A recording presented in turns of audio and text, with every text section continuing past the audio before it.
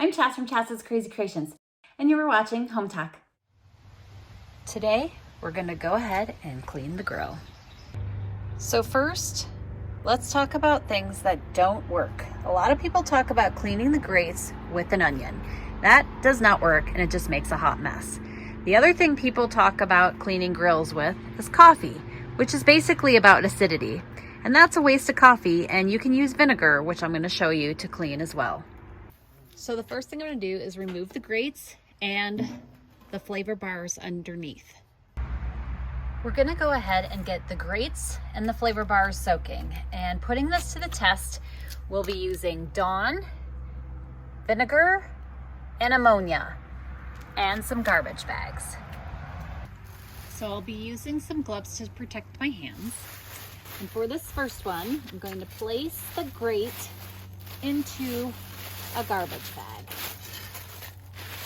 Next, I'm going to place 3 cups of vinegar into the bag. Then I'm going to place 3 cups of ammonia into the bag. Now that the mixture is all inside, I'm going to go ahead and seal the bag. And I'm going to leave it for 24 hours. For the second grate, I'm going to also place it into a bag. Next, I'm going to place enough water into the bag so that it coats the rack. I'm going to add a 1/2 cup of Dawn dish soap into the mix. Then I close up the bag and seal it and let it sit for 8 hours.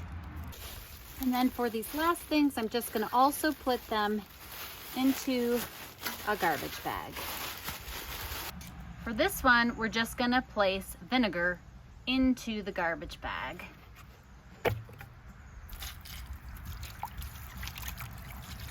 And then we're gonna let it soak overnight. Now we're gonna let all of these soak, and I'll be working on the grill next. Next, we're gonna tackle this lid and all the loose particles on it. So I'm just gonna take this grill brush, and I'm just gonna start scratching away at the loose pieces. Now my husband says he just stops here once all the loose stuff is gone and washes it out, but I'm gonna try one more thing. So I have filled a bottle with vinegar water, and I'm just gonna go ahead and spray this on all over and just let it sit for a little minute before I scrub at it again. Now while that is soaking, I'm gonna go ahead and try to tackle a little bit more down here and try to loosen all this up down here as well and work around that. Then I'm gonna go ahead and spray it with the vinegar and continue scrubbing at it as well. So we'll start by scrubbing this and loosening this up, and then we'll try squirting it with the vinegar and letting it soak. So I got a lot of gook off the bottom. I'm gonna go ahead and do vinegar down there and see if I can't get a little bit more. But let's start up here and scrub this a little more. So again, just spraying the bottom, seeing if I can get some more off down here. And squirting all of this down. So all in all, the vinegar did help get it a little bit cleaner. There were some areas that were really hard to reach, but it did clean it all out, and I pushed a lot of it into the grease pan down here, which I'm gonna remove and then wash that out. Here's a look at the grease pan. So now I'm gonna clean this out. Here's a hack from my husband. He uses, instead of a can to catch the grease drippings, he uses these little Weber tinfoil pans. So all I need to do is dispose of these, and the other pan is clear, and I'll just throw this away and get a new one. For this grease pan, I opted for the Dawn dish soap soak for this. It doesn't need to be perfect, but if I can get most of that grease off, that would be great. Next, I'm gonna hose down this whole inside to get out all the debris that I can. Then I'm gonna hose the exterior all out as well. So the inside is about as good as I can possibly get it. This grill is quite a few years old, so if you keep up with it on a regular basis, you'll be able to get it much cleaner. It's kind of like your oven inside the house. The longer you wait, the bigger mess it is to clean, and sometimes not all of it comes off. So here's a quick look at the inside, and I would love for it to be better, but as you can see, this is quite a few years old.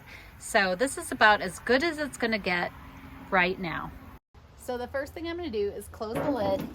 We're gonna hose the whole thing down to get just the worst of it off. So it's nice and wet. I've got the Dawn on, and I'm just gonna go ahead and kind of scrub down the whole grill with the scrub pad. Now it's important to pick the right kind of scrub pads because some of them are more abrasive and you don't want to be scratching your grill or your finish. So I'm gonna go ahead and continue scrubbing this whole thing clean, and then we'll go ahead and hose it off and see how it looks. Now that it's clean, I can either let it air dry or dry it off with a towel. So as you can see here, stainless steel loves finger marks.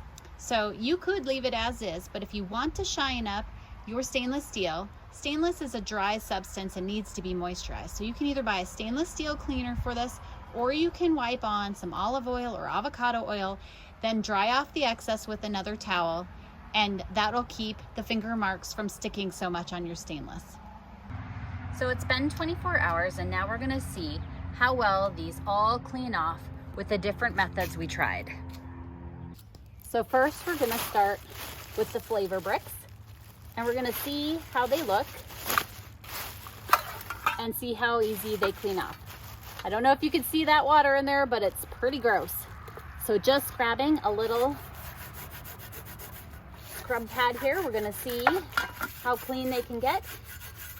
Now there is a little residue still on here, but overall they're pretty clean. Just some stuff that's maybe burnt on and maybe won't be able to be removed. So overall, the vinegar method on these worked pretty great. Here's a quick look at them back in the grill, and they're way better than they were. Next, we're gonna take a look at that ammonia grate. And as you can see, lots of yuck inside there. So you can see here that there's still some food particles on it and some grease, but we're gonna go ahead and take this scrub brush and start scrubbing it and see if we can get that to come off easy or if it's gonna need a lot more elbow grease. So right now, I would say this ammonia method works for some of the looser foods, but is not great for some of the grease and other things that are on there. Now, some of it is coming off, but I would say overall, it is not as great as some of the other things we've seen so far.